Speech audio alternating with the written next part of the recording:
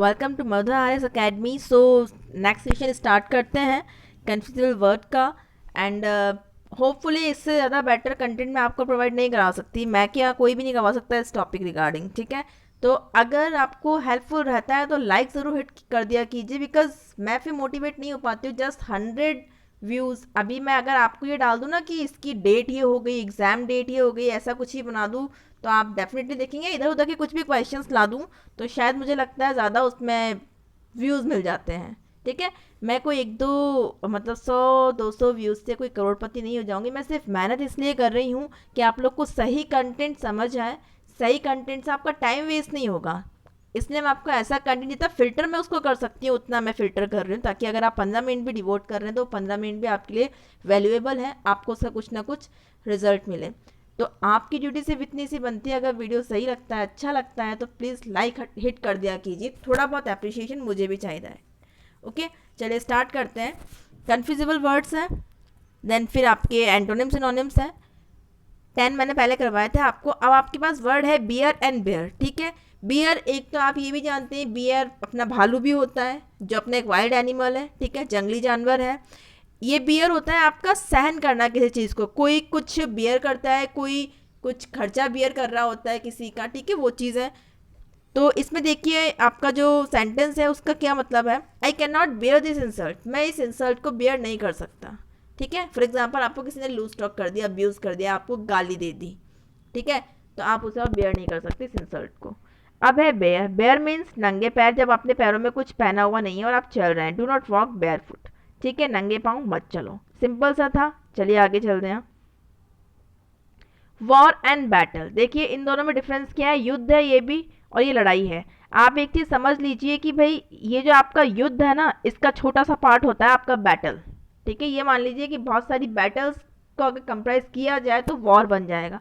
War countries के बीच में होता है, इसमें एक टाइम ड्यूरेशन बहुत ज़्यादा होती है, ठीक है। मिलिट्रीज, आर्म फोर्स, ये सब कई सारे इसमें इन्वॉल्व होते हैं, पर बैटल एक छोटा होता है, इसका एक छोटा पार्ट समझ लीजिए, जिसमें कुछ ग्रुप ऑफ पीपल ही इसमें पार्टिसिपेट, मतलब छोटे लेवल की जो लड़ाई होगी उसे तो अपन बोलेंगे बैटल, ठीक है। अब देखते हैं sentence. War, modern war will be atomic war, ठीक है, आधुनिक युद्ध परमाणु युद्ध होगा। अब तो एटॉमिक वॉर ही होना है, मतलब वैसे नहीं होना चाहिए, बता रही हूँ मैं आपको, ठीक है। एंड बैटल की बात की जाए तो Babur won the first battle of Panipat, Panipat, Panipat कर रखा है इसको, पानीपत दिस इज, ठीक है।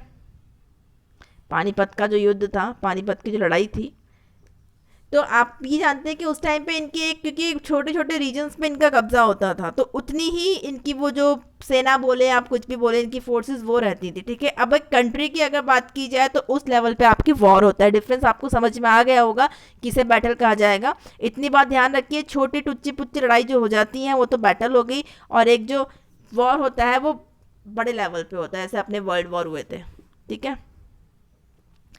Next is canvas. दो कैनवास है, ठीक है, इसमें ASS आ रहा है और आपके इस वाले में सिंगल एस है, ठीक है। डिफरेंस क्या है, किसी के पक्ष में प्रचार करते हैं उसे तो कैनवास कहते हैं, SS वाला, ठीक है। प्रचार कर रहे हैं, बड़ा काम करेंगे, मेहनत करनी पड़ेगी, इधर उधर जाना पड़ेगा, तो SS होगा, क्योंकि डबल काम करना पड़ना है अपने, SS हो गया, ठीक है। जिस भी तरह से लर्न कर सकते हैं लर्न कर लीजिए, कोई लॉजिक नहीं होता है ट्रिक्स के अंदर ऐसा, ठीक है। अपने को तो ईजी बनाना है लर्निंग को, टाइम सेव करना है टोटल मिला के। किसी के पक्ष में प्रचार कर रहे हैं, are you canvassing against Congress, ठीक है, क्या आप कांग्रेस के विरोध में प्रचार कर रहे हैं। और ये कैनवास आपका कपड़ा हो गया, बिल्कुल दूर दूर तक कोई रिलेशन नहीं है इन दोनों का, इसमें कोई कैनवास में कोई मेहनत नहीं करनी।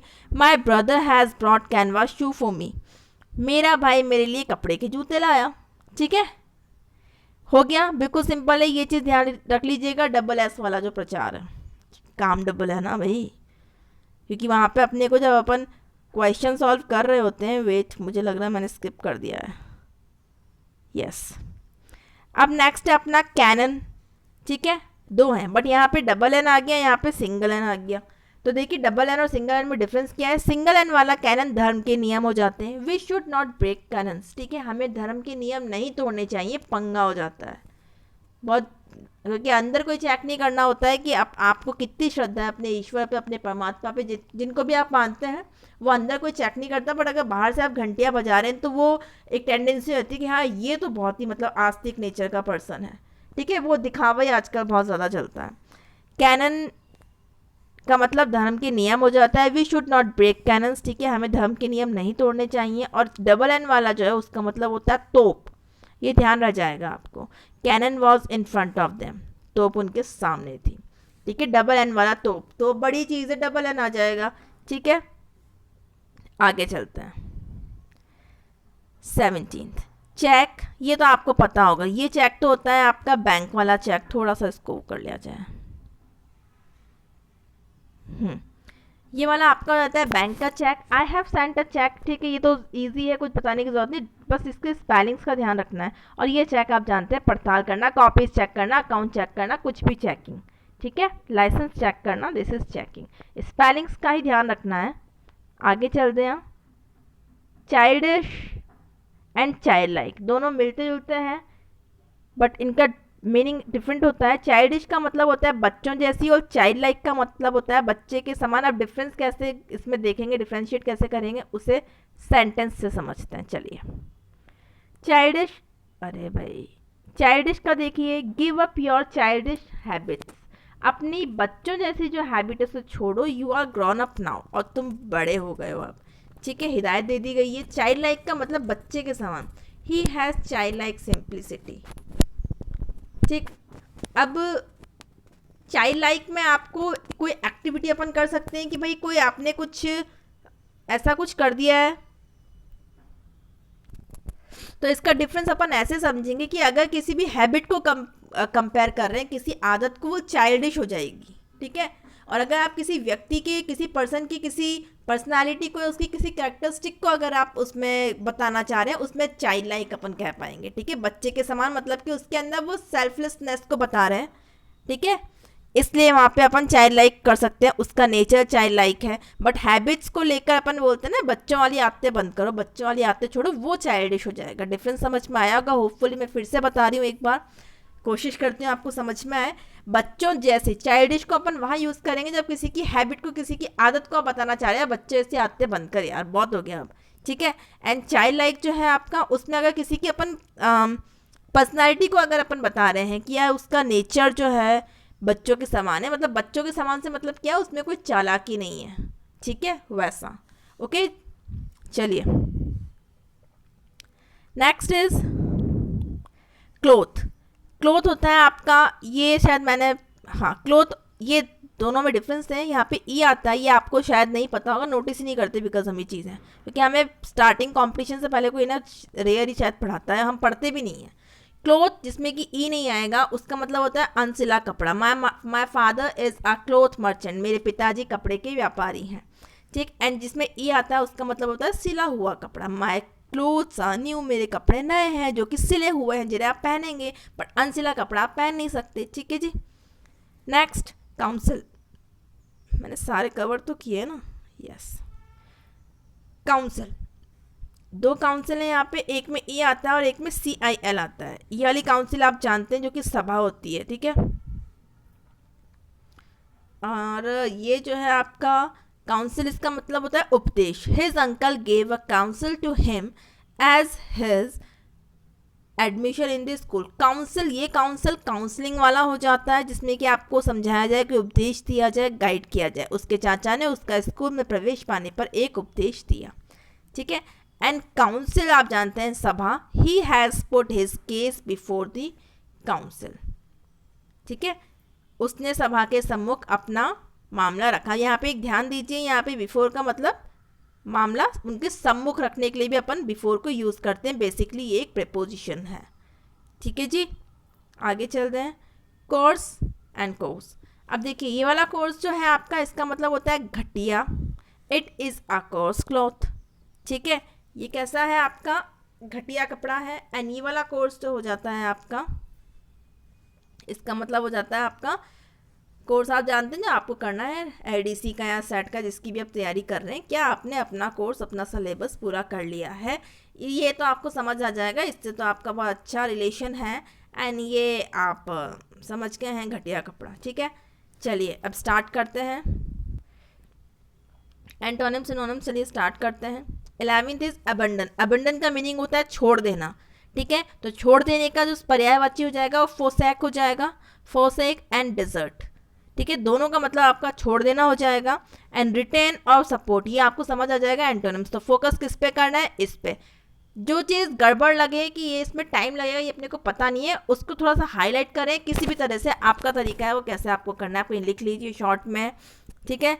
अबंडन का मीनिंग फोरसेक एंड डेजर्ट। फिर अपन चल रहे हैं अबंडेंट। अब अबंडन अलग है, अबंडेंट अलग है। ये प्रचुर होता है, ठीक है, मतलब प्लेंटीफुल, इनफ, जितना चाहिए उतना है। और मीगर, स्कैर्स, इनसफिशिएंट। आपको इनसफिशिएंट पता हो कि अपन बोलते हैं सफिशिएंट है मतलब कि प्रचुर मात्रा में है, इनसफिशिएंट मतलब कि प्रचुर नहीं है, स्कैर्स मतलब कि कमी, और मीगर का मतलब भी अल्प या फिर कमी। तो इसमें मीगर आपको शायद नहीं पता होगा, बाकी आपको ये पता होंगे। आगे चलते हैं। अफ्लुएंट। अफ्लुएंट का मीनिंग होता है आपका धनी, ठीक है। प्रॉस्पेरस, वेल्दी का मतलब भी धनी होता है। एंड पुअर का मतलब गरीब। ये ईजी हो गया, अगर इसमें नहीं पता है तो आपको ये नहीं पता होगा। अगर जो थोड़ी बहुत भी इंग्लिश पढ़ता है, एडमायर करता है, तो उसको ये तो पता होंगे। एफ्लुएंट, ठीक है। अपेरेंट। अपेरेंट का मीनिंग होता है स्पष्ट। अपेरेंट का मीनिंग होता है स्पष्ट, ठीक है। ऑब्वियस और मैनिफेस्ट। ऑब्वियस एंड मैनिफेस्ट, इनका मीनिंग भी स्पष्टता के लिए ही है। एम्बिगियस का मीनिंग होता है आपका जो कि स्पष्ट नहीं है, कंफ्यूजिंग। और हिडन का मतलब छुपा हुआ है, क्योंकि ये स्पष्ट है ना, अपेरेंट फोर्स बोलते हैं, ठीक है। तो इसका ऑपोजिट आपका एम्बिगियस आपको ध्यान रखना है, हिडन तो शायद आपको पता होगा। अपेरेंट को ध्यान रखना है सबसे इंपॉर्टेंट। आपका यहाँ पे कोर्स आ गया, देखो वही खुरदुरा। अरे तुम कहाँ आ रहे हो भैया, इधर रहो। खुरदरा, अशोधित, अभी हमने उसमें पढ़ा जिसमें हमने घटिया पढ़ा था, ठीक है। तो वही चीज़ हो गई, खुरदरा, अशोधित। तो खुरदरा आपको ध्यान रहेगा, अशोधित आपको ध्यान नहीं रह पाएगा, थोड़ा सा अजीब हो रहा है। खुरदरा ठीक है। रफ एंड क्रूड, क्रूड, ठीक है। अब क्रूड आपको ध्यान रखना है, थोड़ा अलग है। इसके बाद में अगर हम इसका ऑपोजिट देखें तो स्मूथ, जेंटल, रिफाइंड, दोनों चीज़ें बिल्कुल सही है। क्रूड ऑयल आप जानते हैं, क्रूड। अब देखिए मैंने आपको उस टाइम भी बताया था कि इंग्लिश के अंदर सिनोनिम एंटोनिम बिल्कुल सटीक नहीं होते हैं, नियर बाय होते हैं। कोर्स का मीनिंग हो गया खुरदरा। अब यहाँ पे क्रूड ऑयल की बात करें अगर अपन, आप ऑयल जानते हैं ना अपना, पेट्रोलियम, पेट्रोलियम डायरेक्ट नहीं निकलता है, बहुत सी चीज़ें होती हैं, फिर रिफाइनरी होता है, उससे फिर अपने को प्रॉपर वो मिलता है, ठीक है। तो उसे क्रूड ऑयल बोलते हैं जो वहाँ से निकलते हैं, कि उसमें कई सारी चीज़ें होती हैं। रिफाइंड जो हो जाता है वो रिफाइन हो जाता है, मतलब बिल्कुल फाइन हो जाता है वो। तो जिसे हम, जैसे पेट्रोलियम जेली निकलेगी तो पर्टिकुलर उस काम में आएगी, तो वो सब चीज़ें रिफाइनरी के बाद में होती हैं। तो वही चीज़ है कि क्रूड का मतलब आप उससे समझ सकते हो, स्पष्ट मतलब खुरदरा, अशोधित है वो, ठीक है, उसमें कई सारी चीज़ें मिक्स्ड है। This is. आगे चलते हैं। कमेंस। कमेंस का मीनिंग हो जाता है आरंभ करना। कमेंस का मीनिंग हो जाता है आरंभ करना, ठीक है। तो आरंभ का स्टार्ट आपको पता है, किसी चीज़ को लॉन्च करना भी आरंभ करना होता है। इनिशिएट, मैं कई बार इस वर्ड को यूज़ करती हूँ, इनिशिएटिव लेना, किसी भी चीज़ की शुरुआत करना। और आप इनिशिएटिव ले रहे हैं एडीसी में सिलेक्शन के लिए, ठीक है। 101% स्ट्रॉन्ग कैंडिडेट आप बन रहे हैं, तो इनिशिएटिव का मतलब हो जाता है आरंभ करना। इसके लिए एंटोनियम हो जाएगा कंक्लूड, क्लोज, टर्मिनेट। टर्मिनेट का मतलब भी समाप्त करना, कंक्लूड भी। कंक्लूजन कब होगा, जब किसी भी चीज़ की एंडिंग हो जाती है, ठीक है, सारा जिसे हम कह सकते हैं। और क्लोज भी खत्म करना, ठीक है। आगे चलते हैं। डिलीजेंट। डिलीजेंट का मीनिंग होता है पश्चिमी। एक सेकेंड, यहाँ पे ये जो मिस्टेक है इसके अंदर पश्चिमी नहीं है, पश्चिमी भी गलत लिखा हुआ है, क्योंकि पश्चिमी ने लिखना ही नहीं है, यहाँ परिश्रमी होगा, मतलब मेहनती कर लो आप, ठीक है। इसे करेक्शन लगेगा यहाँ पे, मेहनती हो जाएगा। डिलीजेंट का मीनिंग हो जाता है, अपन कंप्यूटर को बोलते हैं ना मेहनती, जो रुकता नहीं, थकता नहीं है, उस चीज़ से ध्यान रखिए। इंडस्ट्रियस का मीनिंग मैंने एक करवाया था आपको, कन्फ्यूजेबल वर्ड, अगर आपने वीडियो वॉच किया होगा, वो क्वेश्चन वाला वीडियो था, उसके अंदर क्वेश्चन था, ठीक है। तो इंडस्ट्रियस का मीनिंग मेहनती होता है। इंडस्ट्रीज का मीनिंग ये नहीं कि जो आपकी इंडस्ट्रीज लगा रहा है, नहीं, इंडस्ट्रीज का मीनिंग हो जाता है मेहनती, हार्ड वर्किंग भी मेहनती। एसिडियस का मीनिंग आपको नहीं पता होगा। और नहीं, अनटायरिंग। अनटायरिंग का मीनिंग तो जो थकता नहीं है, वो ठीक है, ये समझ आ जाएगा आपको। एसिडियस का मीनिंग नहीं समझ आएगा, जो बिना रुके काम करे, मेहनती हो, ठीक है। ऑपोजिट डिलीजेंट का क्या हो गया आपका, लेजी हो गया, ठीक है भाई। फिर आपका इमर्ज, इमर्ज मतलब प्रकट होना, इमर्जिंग, ठीक है, इमर्ज मतलब प्रकट होना, तो अपीयर का मतलब भी वही हो जाता है, प्रकट होना, ठीक है, या अपीयर होना। और वैनिश और डिसअपियर, वैनिश का भी गायब और डिसअपियर का भी गायब। फिर है आपका एरुडाइट, एरुडाइट का मीनिंग आपका हो जाता है विद्वान, एरुडाइट विद्वान होता है, ठीक है। तो स्कॉलरी एंड लर्न हमने पहले पढ़ा था, तो मैंने आपको 1 to 10 सिनोनिम्स जो कराए हैं, लास्ट वीडियो आप वॉच करना, उसमें था आपका स्कॉलरी, वही चीज़ है विद्वान। लर्न का मीनिंग भी विद्वान ही होता है, लर्न का मीनिंग सीखा वाला सेंस नहीं आएगा यहाँ पे, लर्न का अपने आप में मीनिंग होता है विद्वान, ठीक है। अगर सिनोनियम एंटोनियम या इस तरह से कहीं भी बात की जाए लर्न की तो। अब देखिए अनस्कॉलरी, इग्नोरेंट, अज्ञानी, ठीक है, इग्नोरेंट हो जाएगा अज्ञानी, अनस्कॉलरी तो आप समझ जाएंगे जो कि विद्वान नहीं है, जो विद्वान नहीं है तो फिर वो क्या हो गया, ज्ञानी हो गया, उसे ज्ञान नहीं है। नेक्स्ट है अपना, हाँ जी, इम्पॉसिबल आपका है, इम्पॉसिबल का मीनिंग होता है त्रुटिहीन, ठीक है, त्रुटिहीन जो कि जिसमें कि गलती ना हो, तो जिसमें गलती नहीं होती है अपन बोलते हैं ना फ्लॉज है, फ्लॉज मतलब कमी है, तो फ्लॉलेस हो जाएगा गलती नहीं है, फॉल्टलेस हो जाएगा गलती नहीं है, परफेक्ट है गलती नहीं है, ठीक है। तो इसका अपोजिट विलोम पे आए तो देखिए इनएग्जैक्ट, इम्परफेक्ट। अब यहाँ पे प्रीफिक्स भी हो रहा है आपका, देखो एग्जैक्ट के आगे इन लगा हुआ है, परफेक्ट के आगे इम लगा हुआ है, फ्लॉड अभी बता ही दिया मैंने, जिसमें दोष है कमी है कुछ, ठीक है। ये देखिए एक आपका प्रीफिक्स यहाँ लगा हुआ है, और देखते हैं चलिए, अनस्कॉलर देखो यहाँ लगा हुआ है आपका, ठीक। और बताती हूँ, डिसअपियर में आपके प्रीफिक्स लगा हुआ है डिस, एंड टायरिंग में लगा हुआ है अनटायरिंग, अन, ठीक है, एंड इसमें भी शायद होगा, हमने पढ़ा। अब देखिए यहाँ पे फुल, अब कई बार क्या दिक्कत आ जाती है, प्लेंटीफुल है, एफ यू डबल एल नहीं होना होता है इनमें, जब ये जुड़ते हैं तो एफ यू डबल एल नहीं होता, सिंगल एल होता है, एफ यू एल, ठीक है। ये है, और कहाँ पर है आपके, कहीं पे देखो सफिशिएंट के आगे अनसफिशिएंट नहीं होता, इनसफिशिएंट होता है, ठीक है। तो ये देखिए आप ध्यान दिया कीजिए इन चीज़ों पे, छोटी छोटी चीज़ें कई बार पकड़ाई में आती है, इनसे ही तो अपनी वोकैब इंप्रूव होती है, इनसे नॉलेज बढ़ता है, क्योंकि हर एक कोई भी बंदा सारी वोकैबलरी को लर्न नहीं कर सकता, ये तो आप छोटे से स्टार्ट करते हैं स्कूल से पढ़ना, वो पूरी मेहनत आपकी, अब जाके वो कंक्लूजन आता है जब आपकी वोकैबलरी इतनी हो चुकी होती है, 1 दिन 2 दिन या कुछ मंथ्स में हम वोकैबलरी को इम्प्रूव नहीं कर सकते, इसलिए हर एक वर्ड पे फोकस करें, हर एक, मैं आपको मीनिंग बता रही हूँ, अब इससे ज़्यादा एफर्ट्स और क्या करेंगे यार, इतने एफर्ट्स तो आप गाइड लाएंगे ना उनमें भी नहीं होने वाले हैं, आप नहीं पढ़ पाएंगे इस तरह से, ठीक है। जितना इंटरेस्टिंग अट्रैक्टिव में बना सकती हो आप, एक ही कमी रह गई कि मैं इसमें परफॉर्मेंस दे दूँ, मैं डांस कर दूँ बस एक, तो वो तो बस का है नहीं, देखिए। तो मिलते हैं नेक्स्ट वीडियो में, वन वर्ड सब्स्टिट्यूशन का एंड सब्जेक्ट वर्ब एग्रीमेंट के क्वेश्चन हम करने वाले हैं, बहुत इंटरेस्टिंग, ठीक है। और अगर आपको लगता है टॉपिक आता है आपको, तो प्लीज़ वॉच करना, उसको जज कर पाएंगे कितनी कमी रह गई है, क्या कुछ नया सीखने को उसमें मिल सकता है, ठीक है। मिलते हैं नेक्स्ट वीडियो में, थैंक यू।